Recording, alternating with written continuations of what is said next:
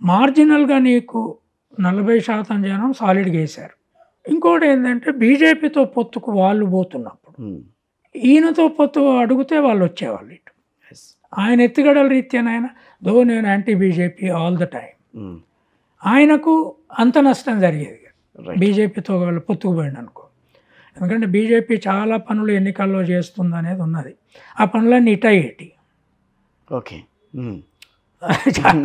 చాలా పనులు ఇటైతే చంద్రబాబు సో ఆ 10% షిఫ్ట్ అయితే గెలిచిండేవాడు. So I think but still his reforms will remain in history. School education, bilingual language, books, Amma Vodi.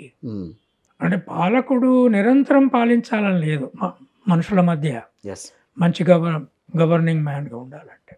So that still I hold. ఎందుకంటే English medium కోసం ఆయన చేసిన బ్యాటిల్ మామూలుది కాదు.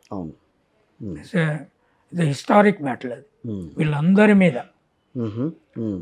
చీఫ్ జస్టిస్ వెంకయ్య నాయుడు, చంద్రబాబు నాయుడు, జయప్రకాష్ నారాయణ, వీళ్ళందరూ ఆర్థికంగా సామాజిక కమ్యూనిటీ పెద్ద బలమైన కమ్యూనిటీ. అదేంటి జయప్రకాష్ నారాయణ గారు కూడా మీలాగా మంచి మేధావి అని చెప్పి అందరూ భావిస్తారు కదా.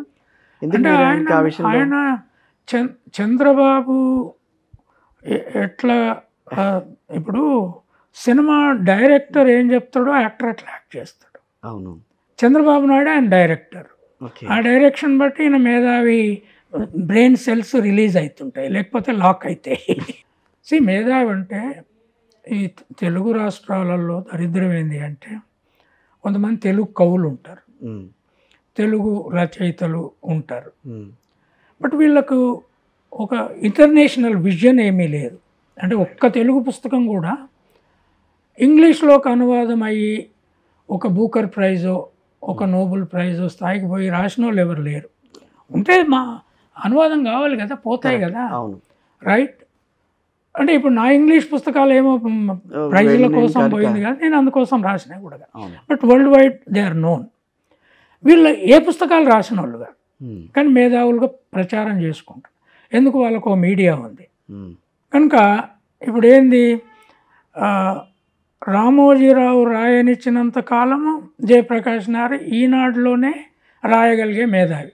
అది ఆగిపోతే ఆగిపోద్ది, ఇంకో పత్రికలు ఉండదు, దూరంలో ఉండదు, ఇంగ్లీష్లో ఉండదు. టైమ్స్ ఆఫ్ ఇండియాలో, హిందూలో, లేదా ఇండియన్ ఎక్స్ప్రెస్, లేదా వెబ్సైట్లు ఉన్నాయి, వైర్ ఉంది, ఇంకా చాలా. అక్కడ ఎక్కడన్నా జయప్రకాష్ నారాయణ రచనలు చదువుతారా మీరు? చదివారు. అంటే మన కంపెనీ మన మేధావి.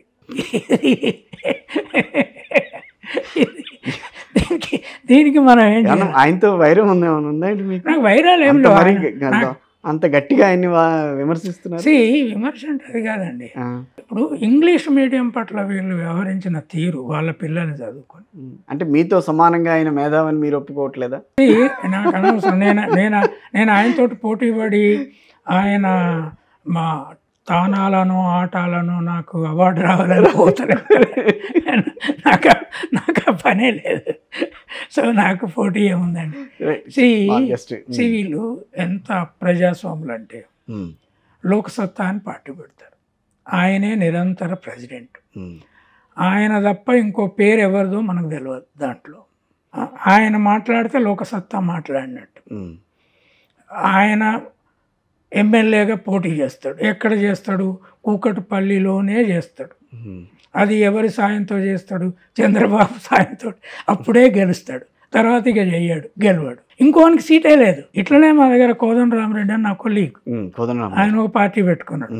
ఆ పార్టీ నుంచి ఆయనే నిరంతర అధ్యక్షుడు, ఇప్పుడు ఆయనే ఎమ్మెల్సీ, ఇంకెవడు ఉంటాడు?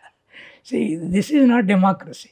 వీళ్ళు రోజు ఇతర పార్టీలను అప్రజాస్వామికంగా ఉన్నాయి అని అటు జగన్ని, లేదా ఇక్కడ ఇంకో పార్టీని, లేదా కాంగ్రెస్ను, బీజేపీని విమర్శిస్తే ఏమైనా అర్థం ఉందా? నువ్వు పార్టీ పెడతావు, నువ్వే ప్రెసిడెంట్. బీజేపీ కనీసం అట్లా లేదు, వాళ్ళు 2 ఏళ్ళకు అధ్యక్షుడైన కనీసం మారుస్తారు. కాంగ్రెస్ అది చేయలేదని దాని మీద విమర్శలు ఉన్నాయి. కానీ వాళ్ళు ఎట్లా ఖర్గే అన్నకు ప్రెసిడెంట్ అయిన, నీ పార్టీలో ఇంకెవరు గారు.